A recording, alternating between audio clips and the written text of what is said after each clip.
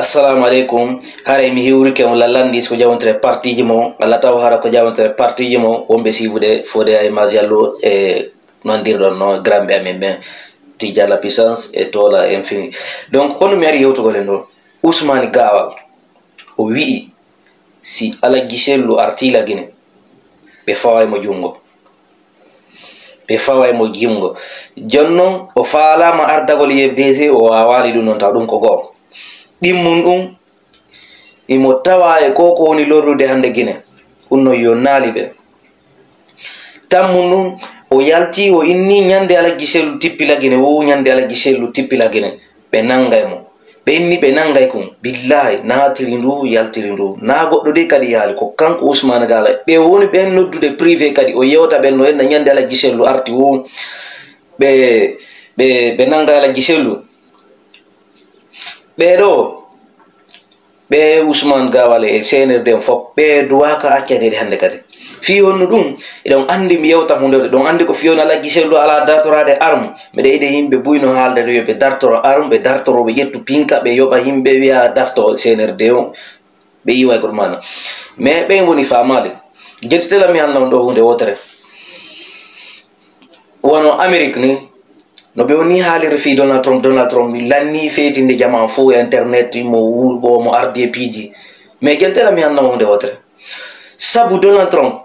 be haali wo mo hiidi ton e jiko sonnajo sabu dum non empêche mo seeda liba mo e gallo haro présentaki candidat hakkuno mon Allah sabu dum non du sabu di violation haro sabu dum viol dum hadimo faala no mo harude ko président o election makoro jonno an awaro si hawri no Donald Trump ko waru wonki waruno est-ce que be newna nayno mo yo won candidat be newna tano mo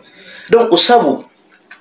sabuji din ko iwrata ho ko iwrata memere andi ala giselu yettata jonnata goddo mbudi fifinkari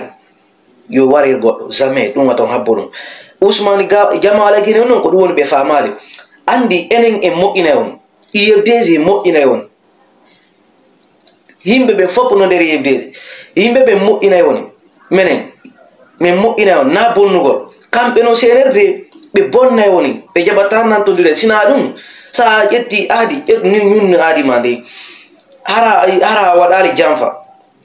jonno a jetti charte aninal charte ma ida nangidirre himbe fi himbe no wujji e pourtant hara an ida andi ida wujji déjà manda man ko experience no nebi amno ayonalima ida beydude kadi fayin jonno konno mi fala yuto gollen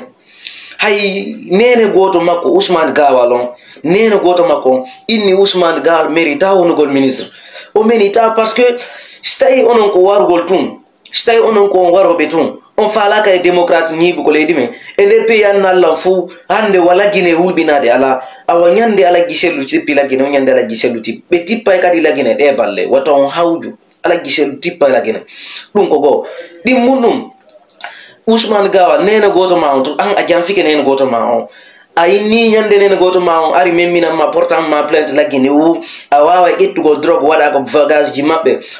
makko fiino be dumanura dum non dani ne yewtere nebi de ko fe'i na fi des ko hande ne yewtere mas ko hanki ne bi sada mi gentina do nene goto ma kon kanko tigi ko yeyitu kon pour que je sois bloqué parce que j'ai revendiqué ce qui me revient de droit les terrains Ousmane Gawal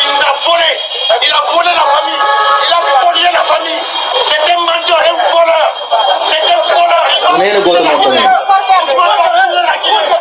ko neno goto makko woni yewtere nde yewtere nono idon andi yewtere ne bisada ko yewta mais hay sine bisada ko yewta mais ni jite fata o jamfiki neno goto makko ko gine jowron kata jamfade Mamadi Doumbouya bengi ko Ousmane Gawal woni bras droit makko sina do hanno joni tino horen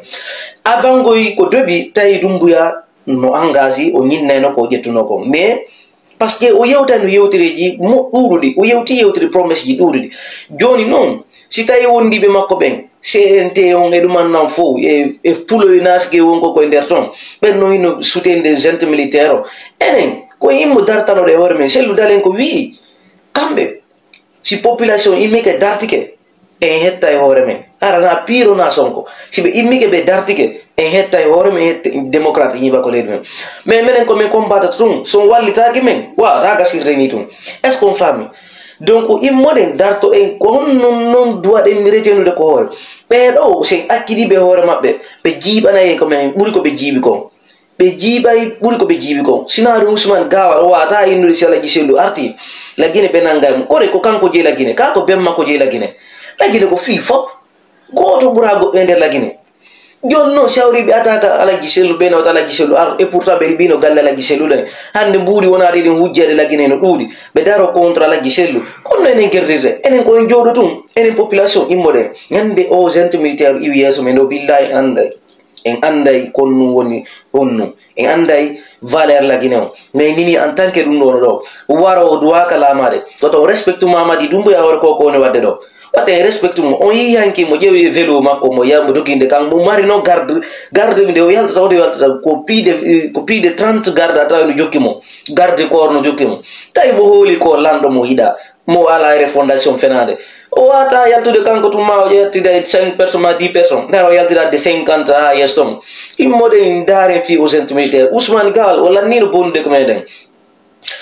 Ousmane Gawal la ni bonde ko mere fiyon min nando la ni bonde ko mere parce que on nani hay babe makko yewtuno yewtere ne nyande o inni o kanko de mo woni wi ko Ousmane Gawal won ko wadde et pourtant kambe be woni no membre de l'IFDG ko be membre de l'IFDG jonno kambe be andi du no mais de ngi wi si Mamadi Doumbouya président kare be souteni mo jonno si Mamadi Doumbouya souteni no Ousmane Gawal mo créé parti Serelak si on non kad immi ke fi Serelak mako est ce que on non way bantu de hore jomako wa wata marché den sener den wuri Ousmane Gawal sorta don hore ko wata darta di